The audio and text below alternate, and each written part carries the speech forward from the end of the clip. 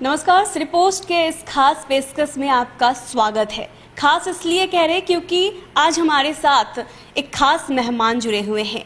कोसी सीमांचल के बहुत बड़े और नामचीन बिल्डर संजीव मिश्रा हमारे साथ जुड़े हुए हैं। जी हाँ, पनोरमा ग्रुप के सीएमडी है। सर, पहले तो आपका बहुत बहुत स्वागत है श्रीपोस्ट में। धन्यवाद। देखिए, एक सपना हर कोई देखता है अपने घर का। जी हाँ, सबका सपना घर हो अपना, और इसी सपने को पनोरमा ग्रुप साकार कर रहा है। पनोरमा ग्रुप के सीएमडी के द्वारा एक और नया आइडिया लेकर आया गया है। नया आइडिया लेकर के आए हैं संजीव मिश्रा। लोगों का सपना और भी साकार हो और जल्द से जल्द साकार हो, इसके लिए क्या कुछ आइडिया है, इनसे जानते हैं। जी सर।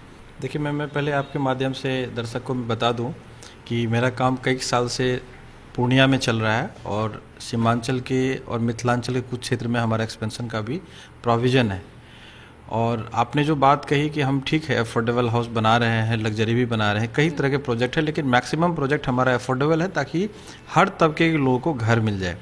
क्योंकि हम बतौर बिल्डर काम कर रहे हैं तो हम ये नहीं कर सकते कि हम फ्री में या ऐसे दे रहे हैं या लॉस में करके, ये बोलना गलत हो जाएगा। हम लोग लेकिन नॉमिनल मार्जिन पे और मैक्सिमम अफोर्डेबल हाउस बना रहे हैं ताकि हर तबके के लोगों को घर मिल सके। मेरे पास एक आइडिया है। मेरे पास क्या ये कोई नया आइडिया नहीं है। इस पर काम चल भी रहा है कई स्टेट में, कई प्रदेश में, जिसका नाम है पीपीपी मॉडल। आपने कोरोना काल में देखा होगा कि जब सिलेंडर की दिक्कत आ गई थी, ऑक्सीजन सिलेंडर की, तो उसमें सरकार ने इसका एक्सपेंशन किया और लोगों के साथ पीपीपी मॉडल पे साइन किया, जॉइंट वेंचर किया और बहुत सक्सेसफुल रहा। अभी रिसेंटली देखा आपने कि जहाँ जहाँ ज़रूरत थी बहुत तेज़ी से काम हुआ और सभी लोगों को ऑक्सीजन सिलेंडर मिला। मैं उसी पीपीपी मॉडल पे चाह रहा था।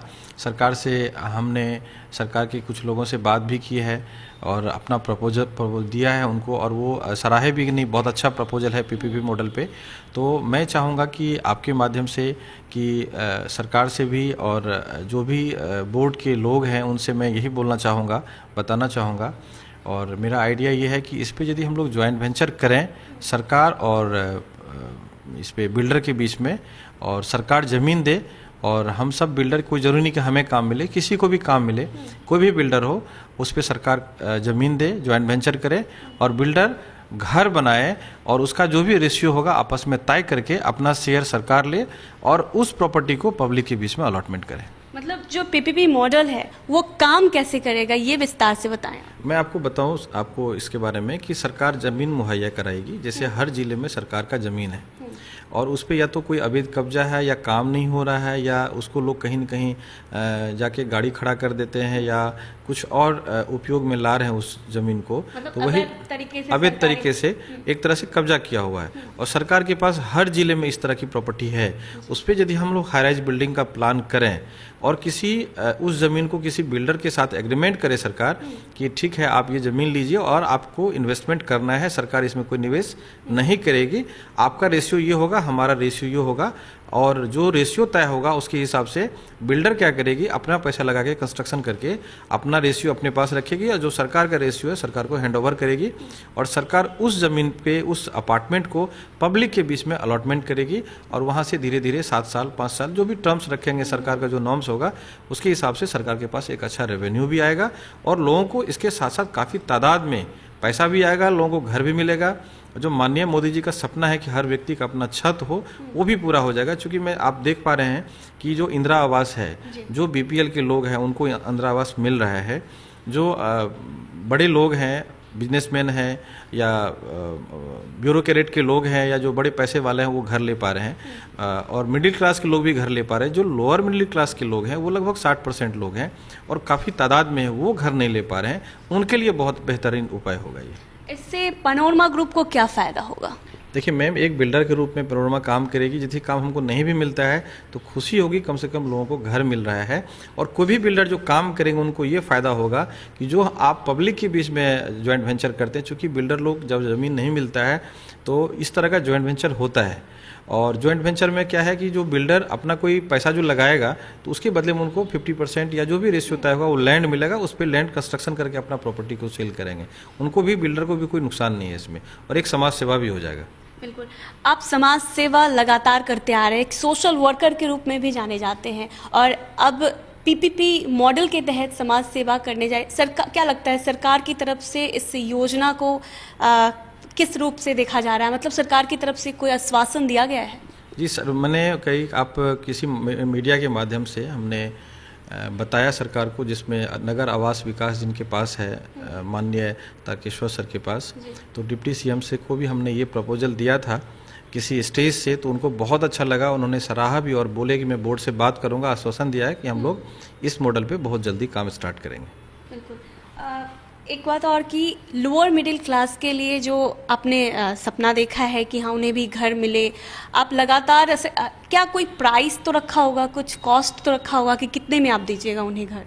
देखिए, ये अलॉटमेंट कहीं ना कहीं सरकार करेगी, और जब भी इस तरह का, जैसे आपको डीडीए की बात करें, ये अन्य प्रदेश में काम चल रहा है, तो वो जो मार्केट रेट होता है, मार्केट रेट में लगभग 25 से 30% कम प्राइस रहता है। जैसे मार्केट में 20 लाख रुपया है तो वो 12-13 लाख रुपये में सरकार देती है, और वो भी एक साथ पेमेंट नहीं लेती है, वो धीरे धीरे 7 साल में, 5 साल में, जनरली 7 साल का इंस्टॉलमेंट 84 मंथ्स का होता है, और जो लोअर क्लास के लोग हैं उस चीज़ को अफोर्ड कर पाते हैं और धीरे धीरे पैसा देकर के अपना घर ले लेते हैं। फिर भी कुछ तो प्राइस कुछ तो रखा होगा? देखिए, सरकारी रेट तो 1295 रुपये पर स्क्वायर फीट है। अब सरकार डिसाइड करेगी, चूंकि उनकी प्रॉपर्टी है, वो किस रेट में माल बेचेंगे। जनरली मार्केट से 30% कम होता है। सरकार केवल जमीन ही देगी या फिर कुछ निवेश भी करना? नहीं, सरकार को कोई निवेश नहीं करना, सरकार सिर्फ जमीन देगी। इस प्रपोजल में जो हम बता रहे हैं आपको, ज्वाइंट वेंचर में, पीपीपी मॉडल में, सिर्फ वो लैंड देगी, कंस्ट्रक्शन का सारा पैसा बिल्डर करेंगे। इस क्षेत्र में और क्या कुछ प्लानिंग है आपकी?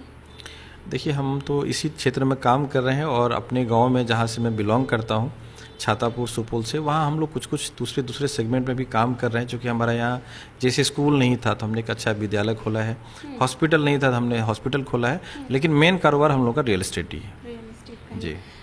ई होम्स क्या है? आप लग्जरियस घर बनाते हैं, लेकिन ये ई होम्स क्या है? मैं आपको बता दूं मैम कि ये ई होम्स का सपना मैं 4-5 साल पहले देखा था, क्योंकि हम लोग एक्सप्लोर करने के लिए, हम लोग अपने आप को अपग्रेड करने के लिए, हम लोग जो टॉप 10 बिल्डर्स इंडिया का, उनको फॉलो करते हैं, देखते हैं कि वो क्या कर रहे हैं, और जगह जगह जहाँ उनका साइट चलता है तो वहाँ जाके देखते हैं, सैंपल फ्लैट देखते हैं। तो इसी सिलसिले में 4 साल पहले 2017 या 16 लास्ट में हमने देखा था सीकर में और जोधपुर में, बेंगलोर में इस तरह का प्रॉपर्टी है स्मार्ट होम का। तो वो मेरी ख्वाहिश थी कि भाई हम ये अफोर्डेबल हाउस तो बना रहे हैं, इस तरह का बिहार में प्रोजेक्ट अभी नहीं है तो हम भी लाएं। और 4 साल से हमने उस पर रिसर्च किया, कुछ चीज़ों को अपने घर में पहले लगाया, देखा, परखा, मेंटेनेंस को लेकर के क्या समस्या है नहीं है, उस सारी चीज़ को हमने देखा। तो हमें लगा कि नहीं, हमारे बिहार में भी इस तरह का प्रोजेक्ट होना चाहिए।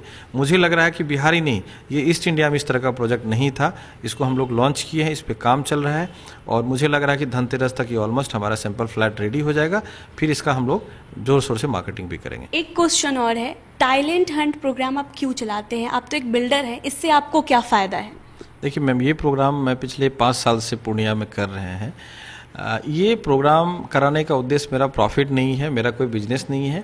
हम ये चाहते हैं कि जिस सोसाइटी से हम पैसा 2 रुपये अर्न कर रहे हैं, उस सोसाइटी में मेरा कुछ कंट्रीब्यूशन होना चाहिए।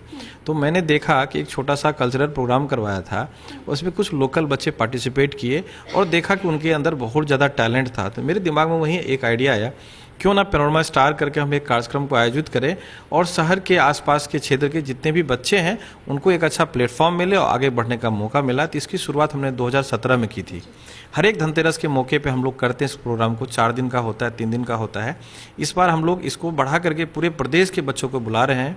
और इसमें हमने क्या किया है, पहले जैसे सिंगिंग, डांसिंग, ड्राइंग होता था, इस बार हम लोग 3 विधा और बढ़ा दिए, जिसमें स्पोर्ट्स भी है, रैम्प शो भी है, मिसेज बिहार का, और एक कार्यक्रम ड्रामा को भी हमने लिया। चूँकि लोग धीरे धीरे उन चीज़ों को भूल रहे हैं, पहले जैसे हम लोग ड्रामा देखते थे, उन चीज़ों को, कल्चर को लोग भूलते जा रहे हैं। तो उसको हम एक बार फिर जिंदा करने के लिए हमारी छोटी सी कोशिश है कि उस विधा को भी हम लाएं। तो अभी टोटल 6 कार्यक्रम होगा हमारा, जिसमें अभी कुछ हमारी सेलिब्रिटी से बात हो गई, फाइनल नहीं हुआ है, लेकिन राजपाल यादव जी से बात हो गई, वो भी आ रहे हैं जज के रूप में।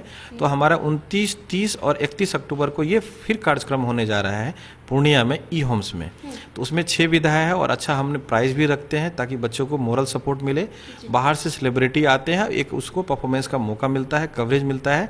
इसके कई उदाहरण हैं कि हमारे यहाँ जो बच्चे गांव से निकल के, जैसे एक मानव झा है, श्वेता है, तो उन लोगों को कोई पहचानते नहीं थे गांव में, लेकिन जब उस स्टेज पे आए तो पूरा आप लोगों का मीडिया का कवरेज मिला और आज के डेट में पूरा प्रदेश, पूरा राज्य उनको जानने लगा। मतलब इसीलिए हम बच्चों को आप जी एक प्लेटफॉर्म मुहैया कराते हैं। इसमें कोई रजिस्ट्रेशन फी नहीं है, कुछ नहीं है, और गरीब से गरीब बच्चे आते हैं, उनके अंदर बहुत टैलेंट भरा रहता है। हम एक्सप्लोर कर रहे हैं, बस इसका कोई उद्देश्य मेरा प्रॉफिट का नहीं है। मतलब सोशल वर्क कर रहे हैं, वैसे बच्चों को एक प्लेटफॉर्म मुहैया करवा रहे हैं। मतलब संजीव मिश्रा के द्वारा बिल्डर का काम तो किया ही जा रहा है, ये घर तो मुहैया करा ही रहे हैं, साथ ही साथ वैसे बच्चे को प्लेटफॉर्म भी मुहैया करवा रहे हैं। जिन बच्चों को प्लेटफॉर्म नहीं मिलता है, उनके अंदर टैलेंट होता है, और पीपीपी मॉडल पर काम किया जा रहा है बिहार में और अन्य प्रदेशों में। तो संजीव मिश्रा के द्वारा पीपीपी मॉडल पर काम किया ही जा रहा है, लेकिन बिहार में ये नया है और बिहार में इसकी शुरुआत ये करने जा रहे हैं।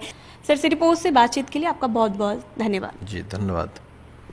अगर आपको ये खबर अच्छी लगी हो तो हमारे चैनल को जरूर सब्सक्राइब कीजिएगा, फेसबुक पेज को भी लाइक और फॉलो कीजिएगा। धन्यवाद।